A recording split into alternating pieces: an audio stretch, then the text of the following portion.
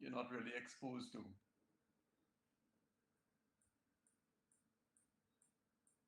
I'm not sure if anybody had any experience with that, but I have never witnessed it. You never saw it being done. Okay. All right. So it's probably important that you pay attention to this lecture because one of your classes into might be to prepare death certificates and so on.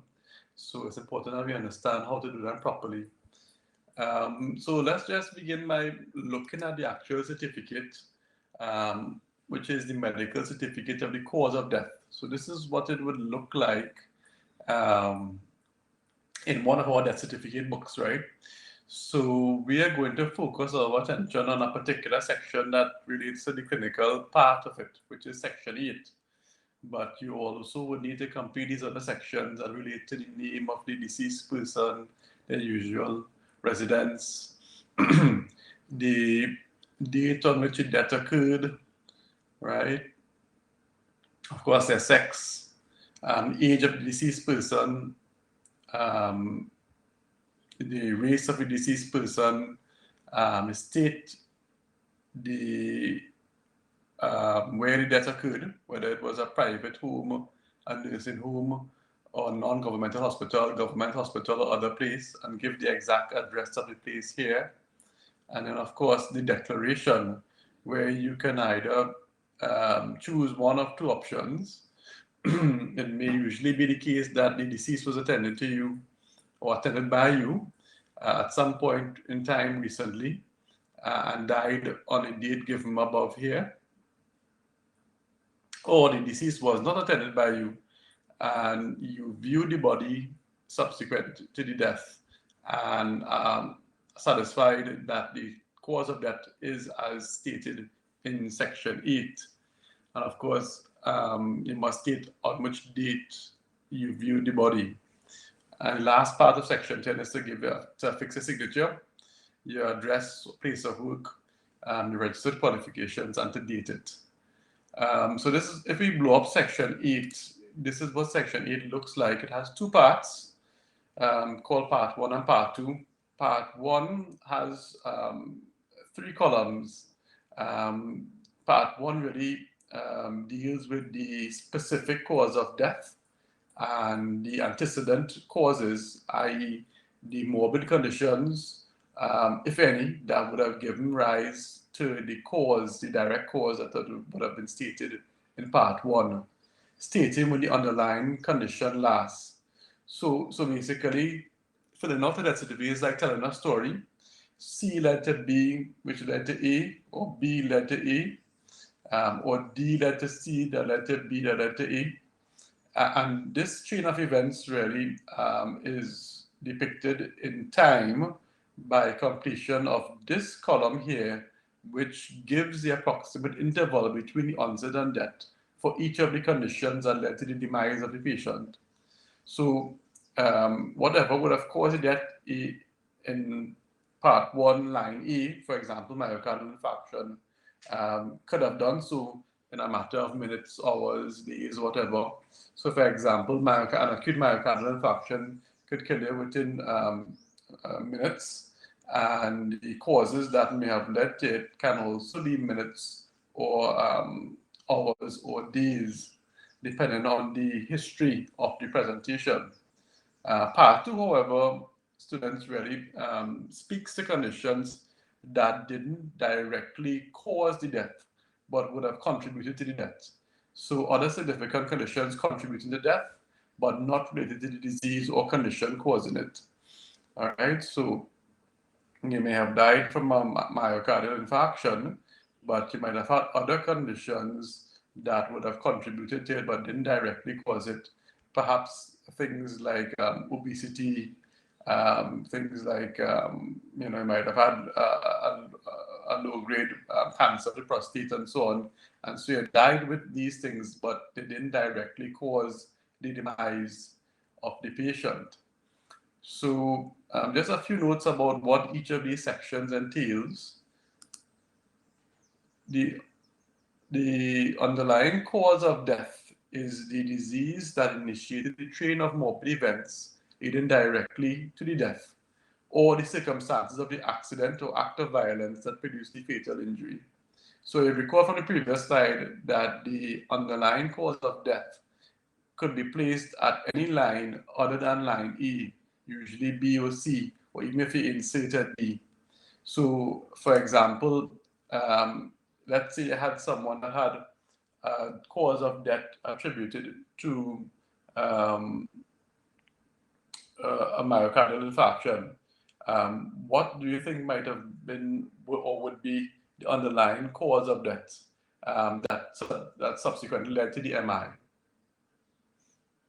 What clinical pathologic process or pathophysiological process leads ultimately to MI in most cases? Dyslipidemia. Other. But dyslipidemia would be a risk factor, Viren. It might be contributory, but doesn't actually lead to MI. So it would be something more like coronary artery disease.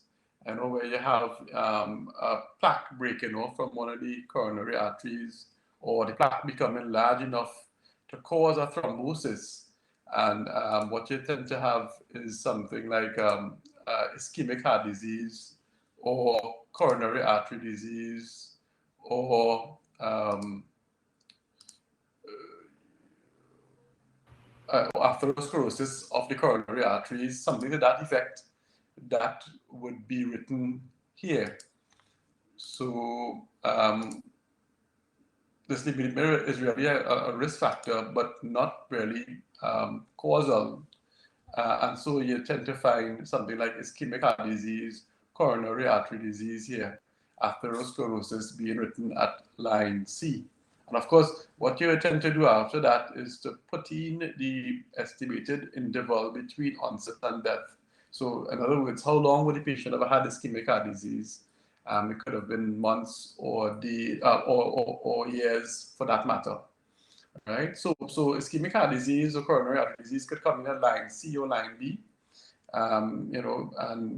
that subsequently would lead to an MI, acute MI, or you could have ischemic heart disease or coronary artery disease leading to a coronary thrombosis, which then leads to an MI.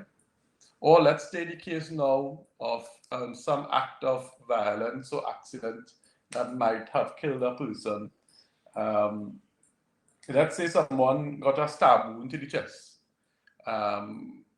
Would it be okay to put that on line A, part 1? Or would it be better to be placed at B or C based on this information here? Any thoughts? B or C. Yes, B or C, right? Because it's the underlying cause, right? It's the circumstance that eventually caused it, that led to a situation that caused the demise of the patient. So the stab wound to the chest could have caused what sort of complication that would have resulted in death? Also, any stab wound to the chest in surgery, right? So you got a massive hemothorax, okay. I had a massive pneumothorax, okay, pneumothorax, okay. What else?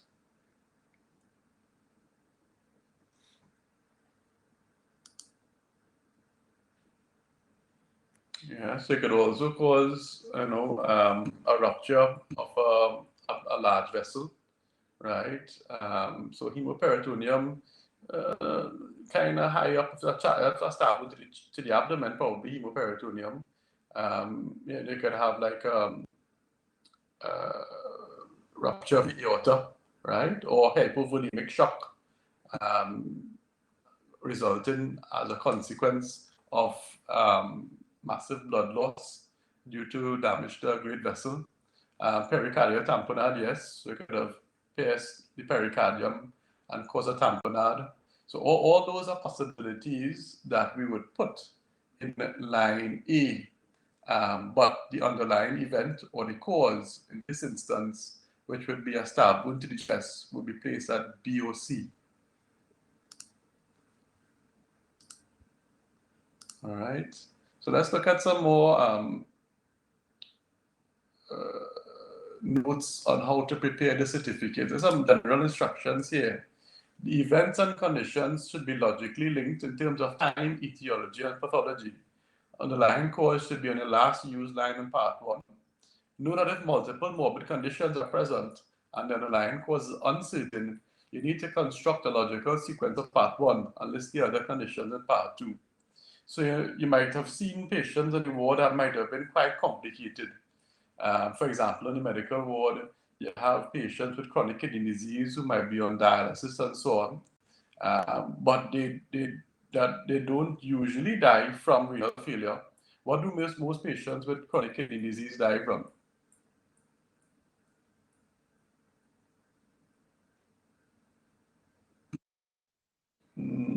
Sometimes they die from sepsis. They usually die from cardiovascular disease, right? That's why cardiovascular disease, in particular, ischemic heart disease, is the #1 cause of death. Because renal disease increases the risk of macrovascular events. You tend to find them, succumbing to MIs. So in this sort of circumstance where they have complications, they might have more likely died from an MI as opposed to the chronic kidney disease, which would have been contributory to their death and better placed at part 2. Unless, of course, you have no objective evidence, or you have good evidence, I should say, to confirm that their demise was due to chronic kidney disease and not to the more common cardiovascular cause that occurs in these patients. And remember, we're telling a story, right? So when we constructing this chain of events, C leading to B leading to A and so on, they need to be logically linked in terms of time, etiology, and pathology. So, you wouldn't put something like a massive or a hemothorax due to diabetes mellitus or due to ischemic heart disease, as these two conditions are not related either in terms of pathophysiological processes or in temporal trends. So you need to be able to construct a sequence that is logical and also temporal in terms of the one condition preceding the other, as the case might be, right? So bear in mind that is a requirement. So you want to try and tell the story by chapter 1, then chapter 2, not 2, then 1, and 4, and so on. In regards to the interval between the onset and death, for each condition reported, you report the interval between the presumed onset of the condition, not the date of diagnosis, and the date of death. So it's not that you have to have objective evidence for, say, having a patient been diagnosed with ischemic heart disease. So you don't have to go back in the notes or inquire from the next of kin and so on if they had an angiogram or a stress test and when they were diagnosed with coronary artery disease, but rather the clinical diagnosis that would arise if patients describe angina type pain is sufficient to be able to have clinically diagnosed the patient with coronary artery disease from a point in time. So it doesn't matter when they would have had a confirmatory test done. If they were diagnosed clinically, then you use that as the interval and not necessarily the date of diagnosis. General terms such as minutes, hours, days, months, or years are okay.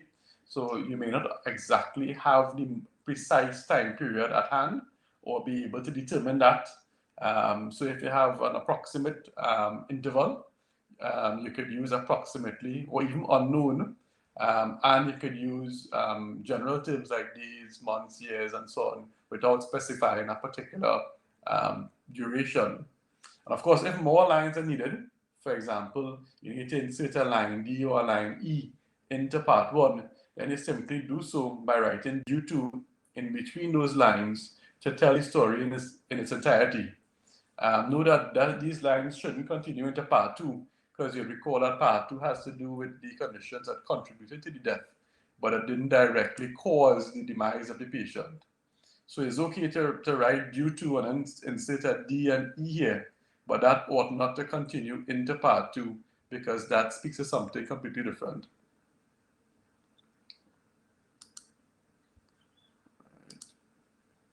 All right. In terms of external causes of death, you should know the following. In cases of deaths due to accidents, injuries, poison, and certain other consequences of external causes, the external cause is required. So, this sort of death is deemed unnatural, and it's not good enough to have something hanging without explaining the underlying cause or the external cause. So that massive hemothorax that occurred in the context of a stab wound to the chest, or that hemothorax that occurred as a result of a motor vehicle accident, those processes, the motor vehicle accident or the stab wound to the chest, need to be documented. And you'd find that in practice, because these deaths usually occur acutely, or may not be apparent at the time when the patient presents, that these deaths are usually sent to the pathologist for determination. So by autopsy, they would be have these deceased would have their death certificates completed, and then the pathologist would then go on to determine if or to advise whether or not the cause of death was accidental, intentional, or otherwise, as their testimony is often required in court and so on. If it is that there's a criminal charge that needs to be laid, right? So you tend to find that you may not write too many of those, as those end up going to the pathologist for his or her determination. All right. Any questions so far about what we discussed before we go into this example?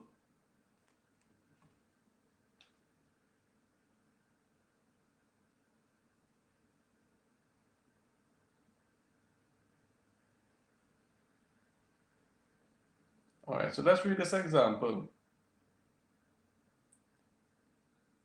A 60-year-old hypertensive patient was admitted to the surgical ward with severe abdominal pain and vomiting. She was diagnosed as having a strangulated femoral hernia with a bowel perforation. She underwent surgery to release the hernia and resect the intestine with an end-to-end anastomosis. 2 days after the surgery, she developed signs of peritonitis and she died 2 days later. So based on the information given in this example here, you might be asked to construct the death certificate for this 60-year-old. Any thoughts about what caused the death in this patient here, based on what we have? All right, so peritonitis seems to be pretty obvious. So if we're going to put peritonitis in line E of part 1, what would we put in the other lines?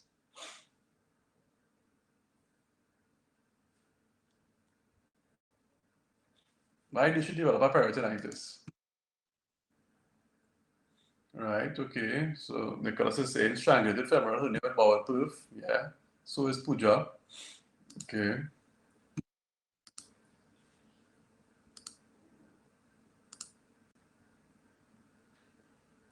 All right. And is there anything else you want to put in part 1 or part 2?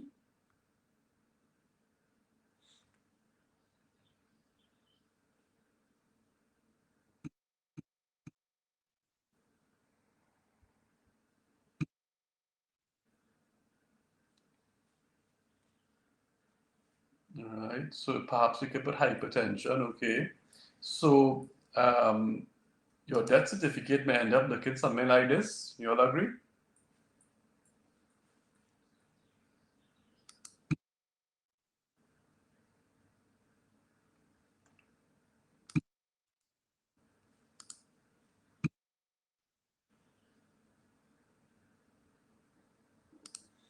All right. So most people agree that this accurately represents the cause of death in this case. All right. So let's look at some cases now to try and bring home the points that are required to practicalize the knowledge about death certification or the medical certification of the cause of death. And we'll share our thoughts and see if we could construct these death certificates.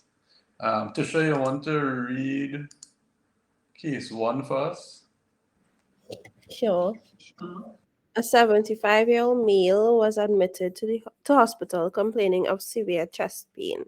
He had a 10-year history of ischemic heart disease with ECG findings of myocardial ischemia and several episodes of congestive heart failure. 5 months before his admission, the patient was found to be anemic with a hematocrit of 17 and to have occult blood in the stool. A barium enema revealed a large polypoid mass in the cecum, diagnosed as carcinoma by biopsy. Because of the patient's cardiac status, he was not considered to be a surgical candidate.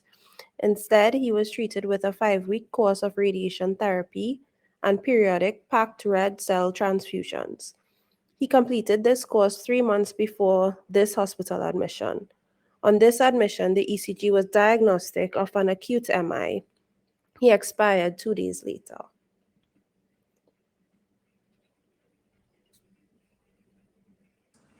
All right, thanks, Tisha. So, guys, any thoughts about what we want to put at line A of part one? Let's leave it up for a few seconds and then we can. This would be that's it. Here that they come. So most people seem to think we're going to put acute MI. All right. So what would be duration? We have any information about the duration? Is yeah. So I think we're fairly unanimous with that. 2 days. Okay. Okay, so if you're gonna put acute MI 2 days in line one, line A, part one. Any thoughts about what we're gonna put at B or C?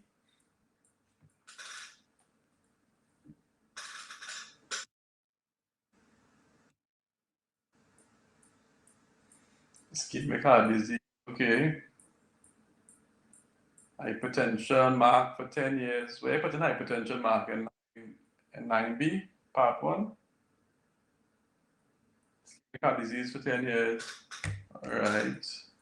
So hypertension is a risk factor for my MIs, but doesn't cause MIs per se. So you may want to consider putting it in part two, right? Any other thoughts? What anything else you want to put in part two, based on the information from this case?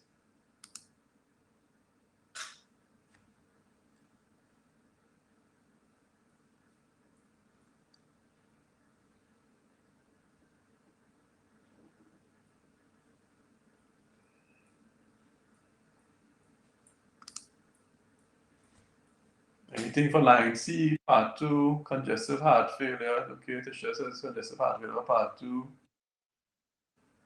Anything else for part two, guys?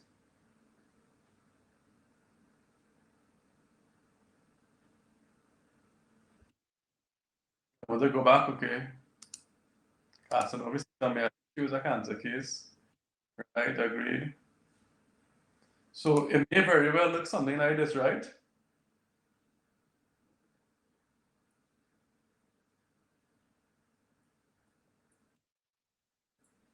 All right. So, all right. One seemed to be pretty straightforward. Let's look at another one. Giovanna, you want to read the case number two for us? Good morning, Yashar. So, a 78-year-old female was admitted to hospital from a nursing home for a temperature of 39.2 degrees Celsius. She suffered a CVA 2 years ago, which left her with a mild residual left hemiparesis. Over the next year, she became increasingly dependent on others to help her with activities of daily living, eventually requiring an indwelling Foley's catheter. For the 3 days prior to admission, she was noted to have lost her appetite and to have become increasingly withdrawn. On admission to the hospital, her white blood cells was noted to be 19.7. She had pyuria and gram-negative rods were seen on a gram stain of the urine. Ampicillin was administered intravenously. Blood cultures were positive for Pseudomonas aeruginosa. Antibiotic therapy was altered, but despite the antibiotics, IV fluid support, and steroids, the fever persisted. On the fourth day after admission, she became hypotensive and died. All right, thanks for that, Giovanna. So let's leave it up for a few seconds and then try and determine what caused the demise of the 78-year-old. So Mark saying septic shock, okay.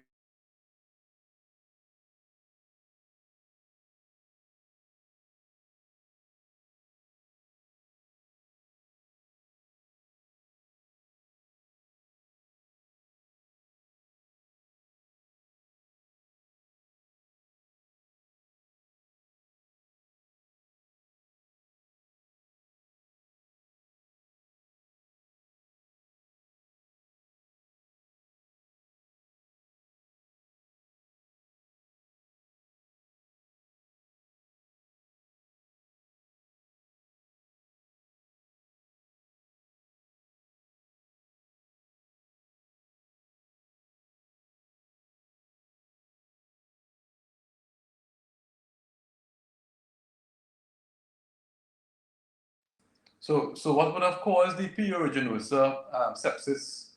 How does one become septic? What would have been the preceding sort of event that led to that?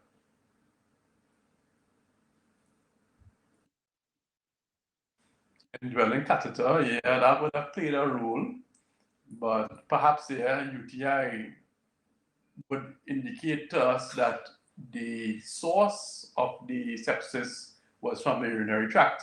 So remember, the organism has to breach a system or organ to enter into the blood, and so it's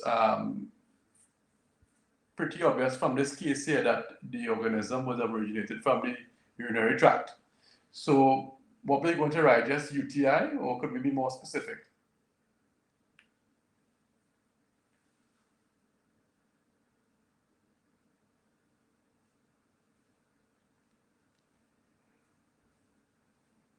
So just like how we depicted what sort of sepsis we probably want to put to the organism, right? So purulinosa UTI leading to purulinosa sepsis.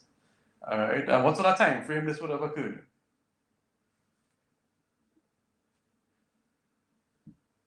Days, hours, months, years. Yeah, so days, yeah, days is okay. If we don't have the exact interval, that's okay. So we have this sort of thing happening over days. And why would she have developed a purulinosa UTI?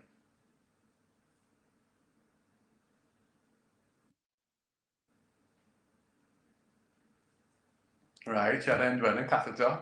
And all right, we're trying to flesh out the story now. And why did she have an indwelling urinary catheter? She had a CVA 2 years ago, right?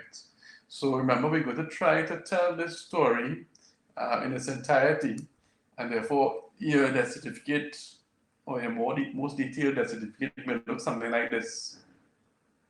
All right, so she had this indwelling urinary catheter because she suffered a CVA 2 years ago, which left her left hemipyretic, and so that really started the chain of events that caused her to become septic, and therefore led to her demise. So remember, you're trying to use all the information you have available to you, both in terms of diagnoses, complications, time frames, and so on, to construct this sequence of events here. Would you ask me to write all that? Yeah, you would, yeah. So you could just simply insert it by inserting a line, right? You could draw a line, or you could just simply write it in.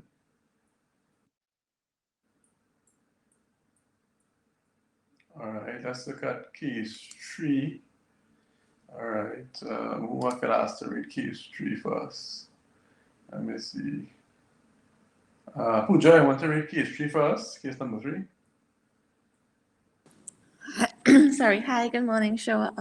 So a 68-year-old female was admitted to the hospital with dyspnea and moderate retrosternal pain of 5 hours duration. There was a past history of obesity, type 2 diabetes, hypertension, and angina pectoris for 8 years. Over the first 72 hours, she developed a fourfold increase in creatinine kinase, confirming acute MI. A type 2 secondary degree AV block developed and a temporary pacemaker was put in. While hospitalized, she continued to experience dyspnea that responded well to diuretic therapy. On day 7 of hospitalization, she developed sudden onset chest pain and increased dyspnea. Acute pulmonary embolism was confirmed by CT lung and arterial blood gases. While in radiology, she became unresponsive and resuscitative efforts were unsuccessful. Okay, thanks, good job. So, guys, look at this case carefully and see if we can work back. Some people try to work forward from it based on information, but my experience is usually easier to work backwards and telling a story. Any thoughts about what we'll put in part 1? All right, Giovanna, acute PE. Okay, I think, yeah, that pretty self-explanatory here. So we have acute PE, and then the question arises now: what would have caused her to develop a PE?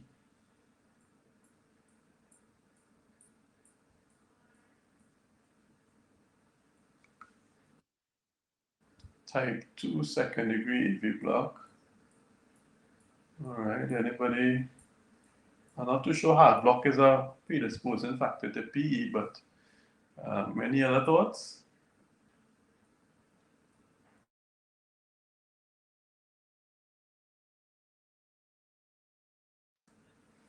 I can, but not directly. See if we could review the contents of the case and see, yeah, what it is that's going on that would contribute to, remember Volkov's triad. We have 3 events that are contributory or requirements for the development of clots and so on. Right. So you have some degree of stasis happening, but in the context of dyspnea that is responding to diuretic therapy. So you have dyspnea that is responding to diuretic therapy. What is that suggesting?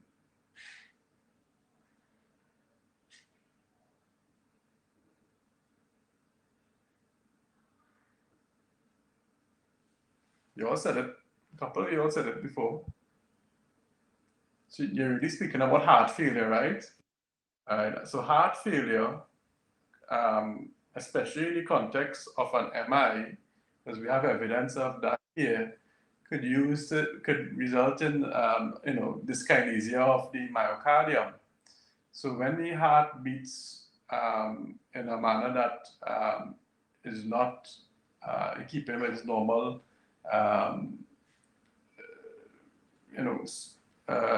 operations. So when it is that dyskinesia occurs, there's a tendency for clots to form, right? So the heart failure is a likely possibility for the development of the PE in this patient. It's not the only plausible explanation, but based on the evidence we have available to us, or the contents in this case here, is certainly a possibility, or a probability, I should say. Of course, together with immobilization and so on, that would have been contributory. So your death certificate may look something like this. So she developed a PE. This occurred over a period of days due to congestive heart failure, due to an MI, of course, due to ischemic heart disease, and then she would have also been diabetic, hypertensive, and obese. So all these, this is a possible or probable death certificate that would reflect the contents in this case. All right, so good job, guys, especially those who would have formed the opinion that heart failure was happening as a result of the favorable response to diuretics in alleviating the dyspnea. So sometimes the information isn't cut and dry. You need to deduce what's happening to be able to explain what's going on with the patient and what would have led to the complications that caused the death. All right, just some more notes about reporting on death certificates. In terms of malignant neoplasms, you need to identify the primary sites. You need to state where the primary site is and if there are any metastases to secondary sites, and these should be clearly defined. And if you have information in relation to the cell type, the grade of the tumor, and part of the organ affected, that should also be depicted in your death certificate. Case number 4, this one has some pathology related to cancer in it. Nirosh, you want to read case number 4 first?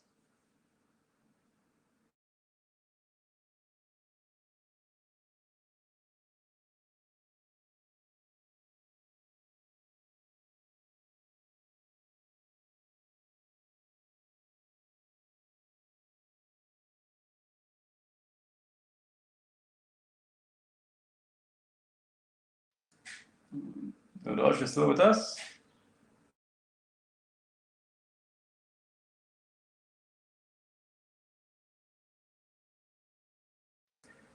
Anamika, you with us? Do you want to read case 4?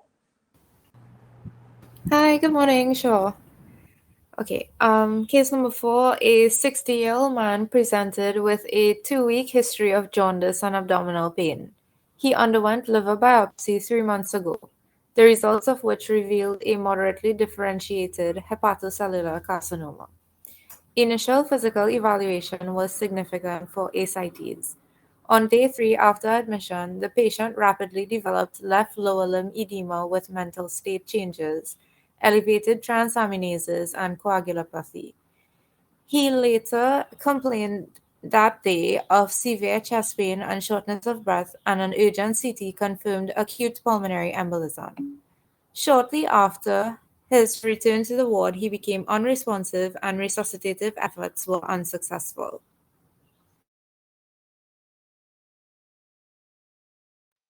Okay, thanks for that, Anamika. Nirosh, I saw your message, no problem. So, guys, what do you think would have caused the demise in this 60-year-old?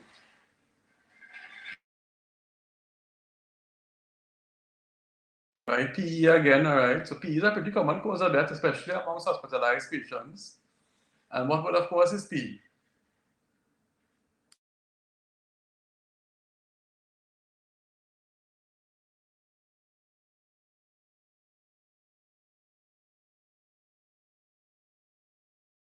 All right, we have any further information about his DVT? Where was it?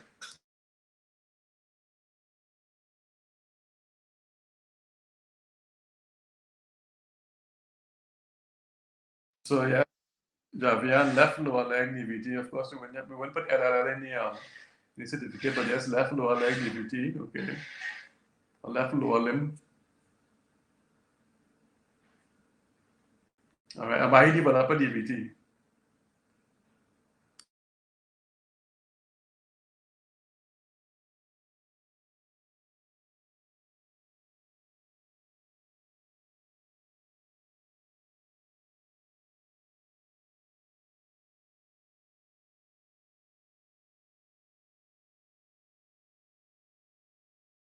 Reducing hepatocellular carcinoma.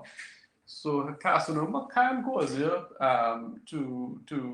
or can predispose you to DVT, but usually in the setting of some coagulopathy arising out of hepatic failure, as opposed to a direct effect of the cancer itself. We all know that cancer is a risk factor for DVTs, but based on the information we have, it would probably best look like this: pulmonary embolism acutely in minutes due to a DVT of the left lower limb for the last 3 days as a consequence of acute hepatic failure due to a moderately differentiated hepatocellular carcinoma for 3 months.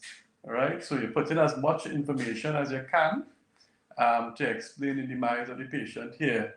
And this is a patient who died from cancer with the acute complication being that of a PE.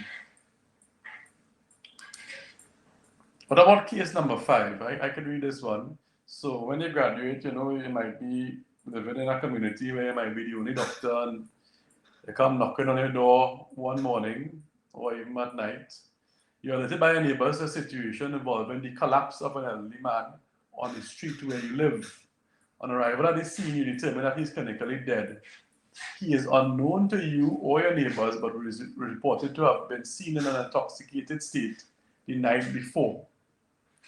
You think you'll be able to do a death certificate for this gentleman?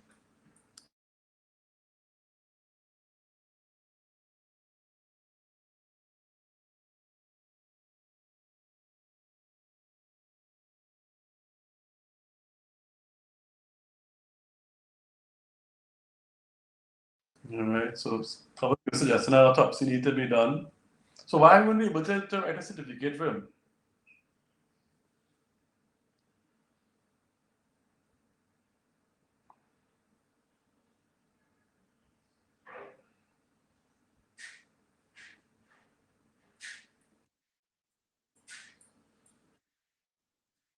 All right, not enough info, so we're not able to form an opinion about what caused the death. Of course, we don't know the gentleman. We don't have any information about him, his past medical history, his identity. Yeah, we wouldn't have attended to him in the past, but we're still able to fill out the certificate, even though we didn't attend to him, if we're able to view the body and make an assessment. But, there are a number of reasons why we won't be able to complete the death certificate in this case. So you would therefore need to refer for an autopsy for all the reasons that you all would have outlined here, but also because under the Coroner's Act of the laws of Trinidad and Tobago, it falls under the category of an unnatural death.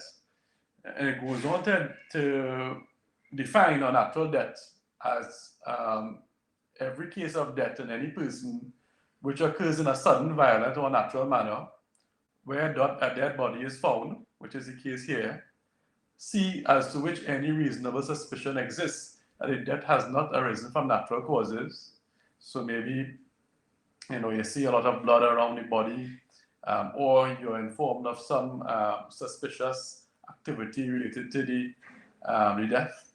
Or D, as to which any reasonable suspicion exists that any person is criminally responsible for such death.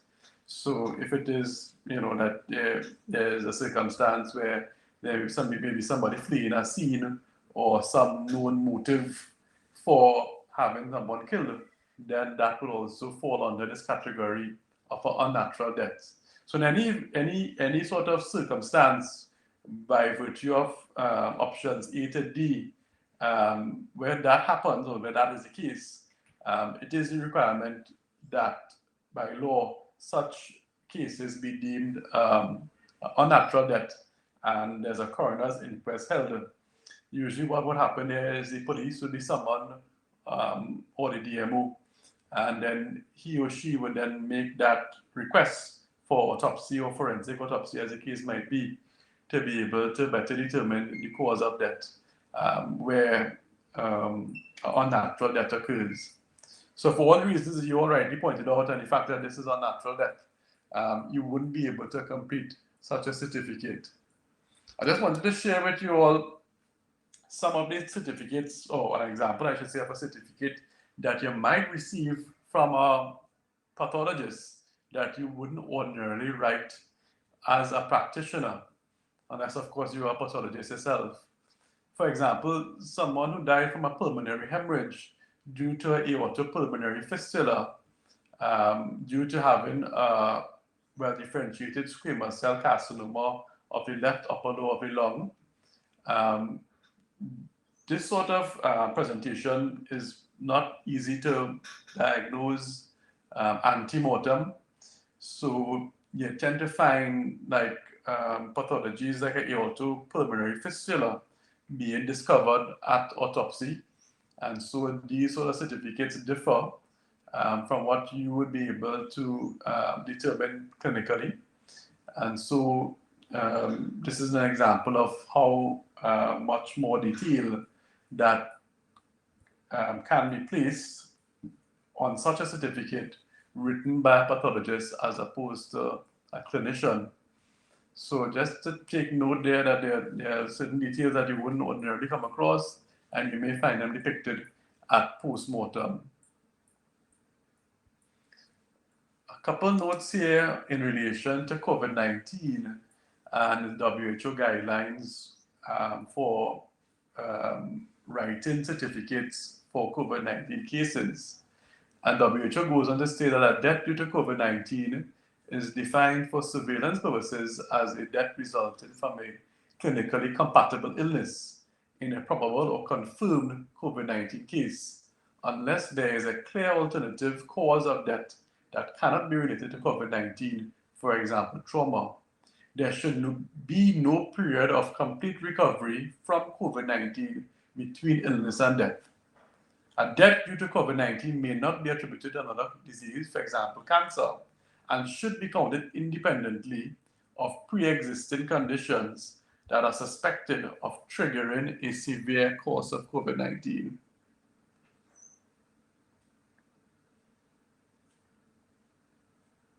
So, for example, we'll get to an example shortly. COVID-19 should be recorded on the medical certificate of the cause of death for all decedents, all deceased, where the disease is caused or is assumed to have caused or contributed to the death. The use of official terminology, COVID-19, should be used for all certification of this cause of death. As there are many types of coronaviruses, it is recommended not to use the general term coronavirus in place of COVID-19. And this helps to reduce uncertainty for the classification or coding and to correctly monitor these deaths. So, for example, this patient here would have died from COVID-19 or due to COVID-19 and is classified or should be classified as a COVID-19 death. So many of the patients go on to develop ARDS, or acute respiratory distress syndrome, due to the pneumonia that is caused by COVID-19. And so you should see COVID-19 being featured as the underlying cause and this being counted as a COVID-19 death. As opposed to this sort of circumstance here, where you had a patient who came in with acutely unwell in hypovolemic shock and suffered an aortic dissection due to being involved in a motor vehicle accident. You should note that the motor vehicle accident here is actually the underlying cause of death, notwithstanding the fact that the patient might have tested positive for COVID-19 recently or at the time of death. So even though you have COVID-19, if it doesn't contribute in a direct way to the demise of the patient, it ought not to be counted as a COVID-19 death. And you all might have been taking note of the high numbers of deaths that we have locally from COVID-19. I know there was a committee that was developed to determine the causes of that or the reasons why we're having such high deaths. I'm not too sure if they investigated death certificates, but they did come up with certain findings and recommendations. Have you all taken note of it? Any thoughts about why we might be having so many deaths from COVID-19? Do you think it's possible they may have been misclassified? Happy to hear anybody's thoughts or any questions in general about death certification, not just COVID-19.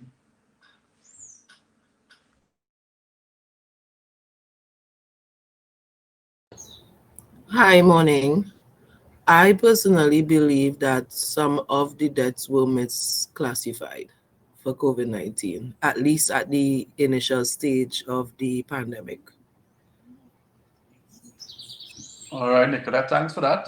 Did you see any death certificates that might have suggested that, or just that's just your personal opinion on? I didn't personally see anything, but from, not public hearsay, but hospital setting hearsay, the prodrome of how the sickness went and how things were documented. sometimes it seems like not necessarily COVID-19 they would have died from, but some other underlying situation that tended to overlap in some cases. Sure, thanks for that, Nicolette. So yeah, that may very well have been the case, and there may be certain cases where patients might have died under uncertain circumstances and had a COVID-19 test administered post-mortem.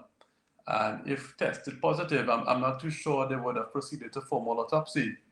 So if it is that COVID-19 was implicated in the cause of death and counted in that manner, it may be the case that we would be overdiagnosing COVID-19, or I would at least say overestimating the burden of death due to COVID-19 if that was happening. All right, but this is the way WHO has recommended that it be classified, and we have to be careful that we not attributed COVID-19 deaths to patients in which which COVID-19 didn't play a direct role in their demise. I have a question. Yeah, In the cases where the true cause of death is unknown and they do the COVID-19 test before autopsy, I know for most cases, if not all, I don't know if it has changed, that once you test positive, once the body tested positive for COVID-19, they don't proceed with an autopsy. So I'm wondering, how is the cause of death determined? Do we just write down COVID-19 as suspected cause of death, or how is that decision made? Because I could test positive for COVID-19 at point of death, God forbid, knock on wood, but I could have contracted that just before death, and something has actually caused my death. So that really could only be dealt with on a case-by-case basis, right, Nicolette? If the doctor who is responsible for writing that certificate has information that could directly link COVID-19 to the death, then even a suspected case, as outlined by WHO here, right, where you see in this side here, in a probable or confirmed case, so if it's a probable cause, they can use their discretion in factoring it into the demise of the patient.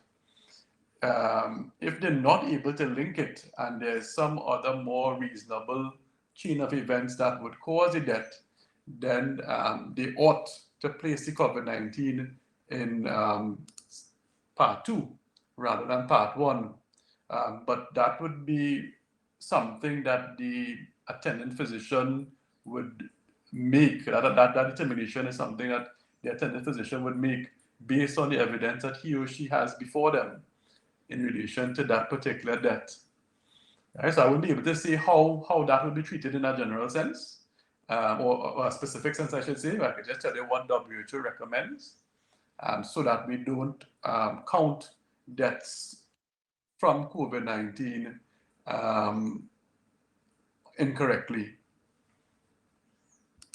All right, any other questions? I see Javian message in the chat here, but welcome. Any other questions or comments when I read Javian's message? Sorry, okay. Dr. Canwell, on completion of the PAHO course, I had a little trouble with this, this certificate, which was in the test. So they didn't provide the correct answer. Okay. And I know that another colleague, on discussion with another colleague, she also had an issue with it as well. So Right. I was just about to type out the options that they gave. So after, I know Cheryl wanted to go back to the last slide, but after you're done with that, if we could go through this one, please. Yeah, so if you can probably place the options in the chat, we can look at it. I'm now reading it here. So this was a scenario that you encountered in the online course, PAHO course. Yes, but it was in the test, so they didn't provide the correct answer after. I see. You recall the options? Yeah, I'm just going to type them Sure, out. okay.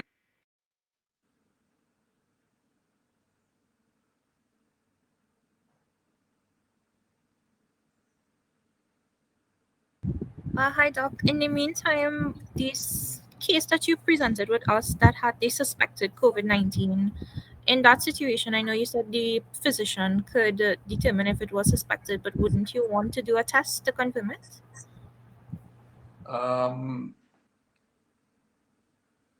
Yes, well, okay. So, they have different tests to do for COVID-19. So, it goes back to what defines a suspected case, a probable case, a confirmed case, and so on. So, what I'm saying, America, is that WHO has indicated that if it is that the case is probable in the sense that they have signs and symptoms suggestive of COVID-19, supported by a test which may or may not be confirmatory, then that is sufficient to be able to determine this as a probable cause.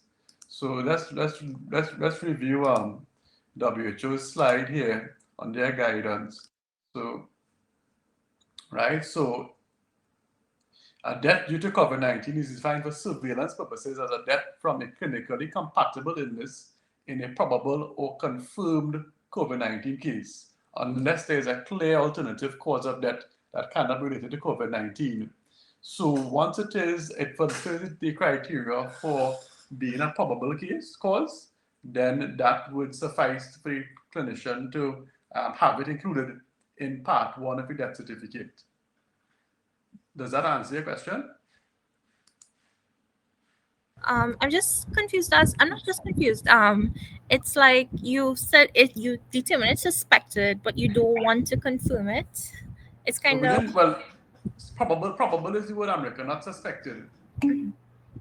Probable is the term that WHO. So if it's probable, remember you could have so you can have tests that are not confirmatory. What's the confirmatory test for COVID-19?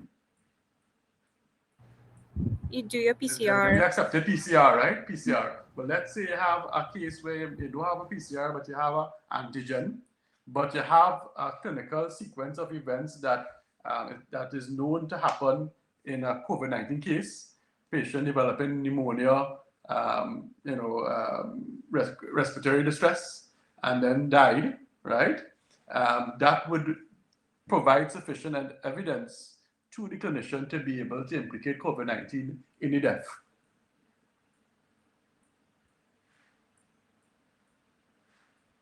I'm not sure if that helps you. Yeah, it does. Thanks. Right? Okay. So it's really related to probable cases or confirmed cases, and that will allow the clinician sufficient evidence to put it in the death certificate. All right. So thanks for that question. Back to Javian now. So Javian, this was the case that you're describing here in the CAHU death certificate course, and the options are cardiogenic shock, intestinal perforation, necrotizing enterocolitis of a newborn.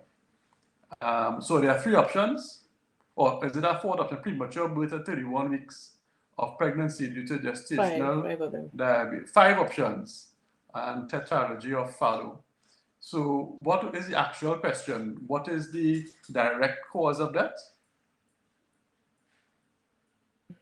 They wanted you to pull out the whole death certificate, well, the whole of part 1 and Fill out part 2. the whole death certificate.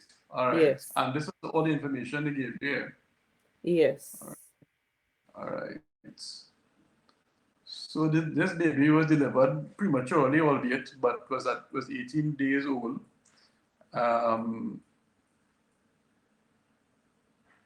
And at 17 days, he had an intestinal perforation. All right. So what do you all think will be the most likely cause of death in this 18-day-old baby?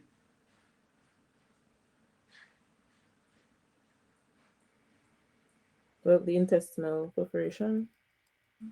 Oh, sorry, the cardiogenic shock. Cardiogenic shock.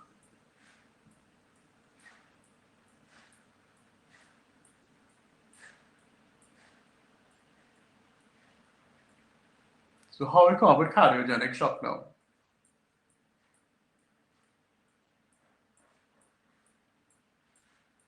What evidence we have that he had? Well, that's just what they gave. So options that they give you, basically you have to put it in order. Oh, I see. They gave you these options to place in a logical order.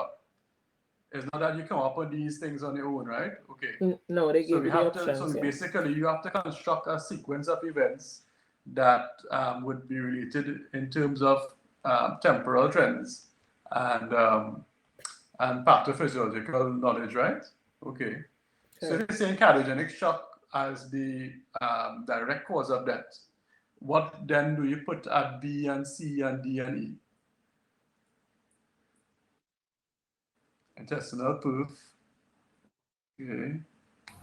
Hi, Dr. Khan. So I got this question while doing the test as well, and I put cardiogenic shock as the first cause, which they gave as correct, but then I followed up with intestinal perf due to the necrotizing enterocolitis, and they told me that was incorrect. So I was kind of confused. Well, they've already given you durations as well, right? So if we follow it in a temporal trend at least, it means that the hours must precede the days, and the 1 day must precede all the others are 18 days, right? So if you're going with that temporal trend that they're given, it could only be cardiogenic shock due to intestinal proof, right? So then, because all the other durations are 18 days events, then the determination that needs to be made then would be which order do we place those three in. You all follow?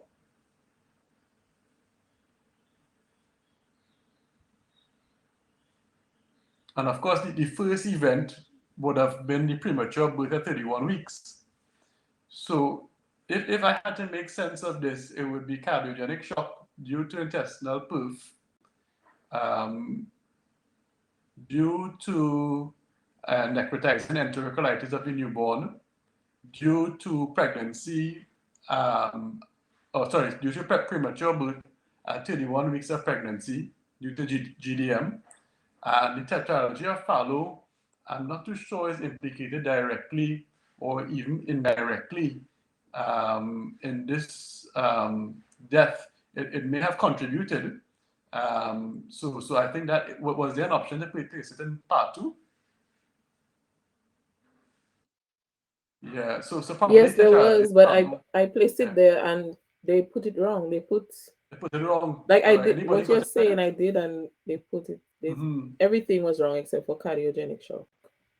Oh, okay. And was anybody able to get it right by their standards?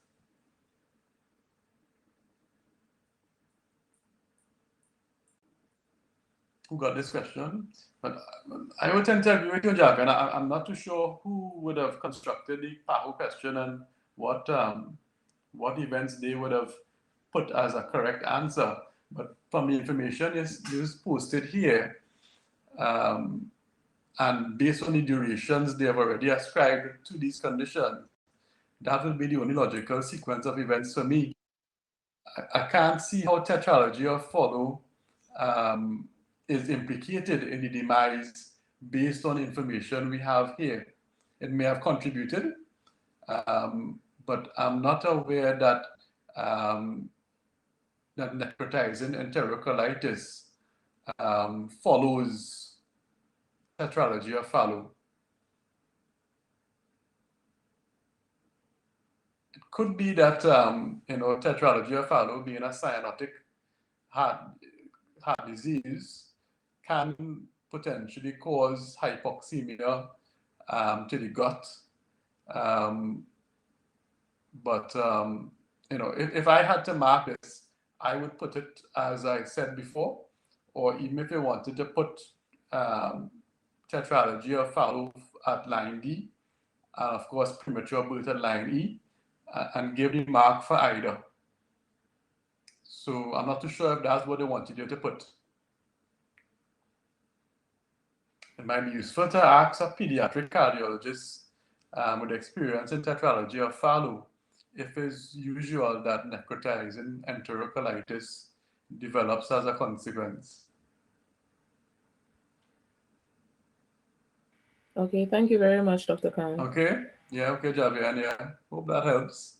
So guys, the purpose of this lecture with you all is really to expose you all to scenarios that you're likely to encounter during internship, and ready to form a basis to understand how we complete the medical certification of the cause of death, in particular Section 8.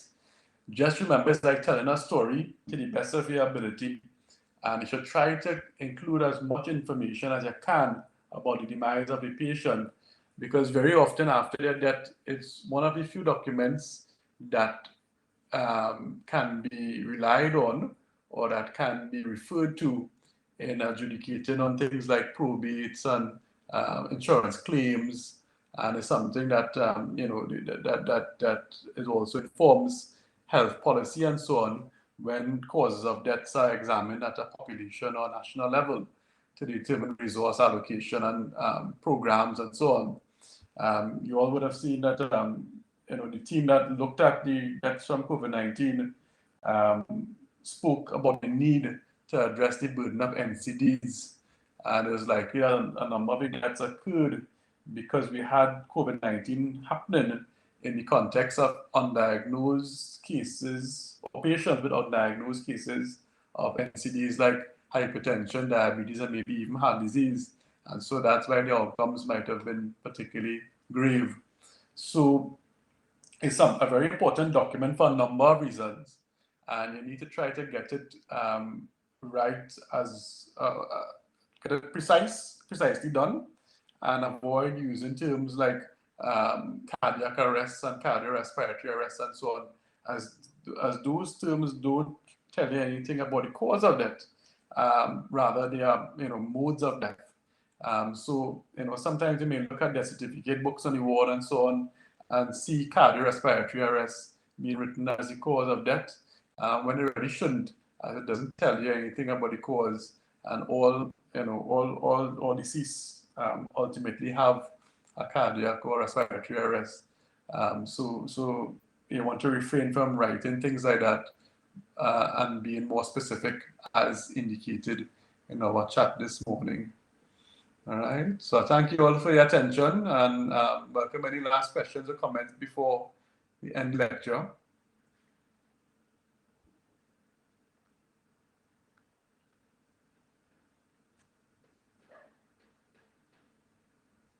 All right, so if no further questions or comments, I'll probably see you guys for the OSFI exam next month. Enjoy your public health rotation until we meet again. Thank you, Dr. All right, morning and good day, everybody. Bye.